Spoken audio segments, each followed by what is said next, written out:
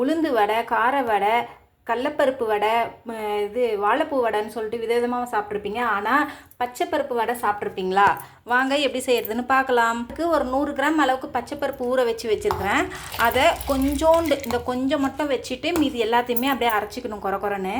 அதை அரைச்சிட்டு ஒரு ஜாரில் வெங்காயம், பூண்டு, பச்சை மிளகா, கொத்தமல்லி, கருவேப்பிலை, உப்பு, உப்பு பெருங்காயத்தூள் போட்டு அதையும் குறன்னு அரைச்சிக்கணும்.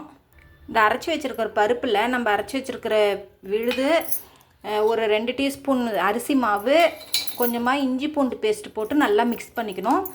இந்த பருப்பு எடுத்து வச்சுருக்கோம்ல அதையும் போட்டுக்கணுங்க. போட்டு நல்லா மிக்ஸ் பண்ணிக்கணும். நல்லா சூடான எண்ணெயை லோ ஃப்ளேமில் போட்டு வடையாக தட்டி போட்டு எடுத்துக்கணுங்க. இந்த சலசலப்பை அடங்கின உடனே எடுத்துடணும் வடையை.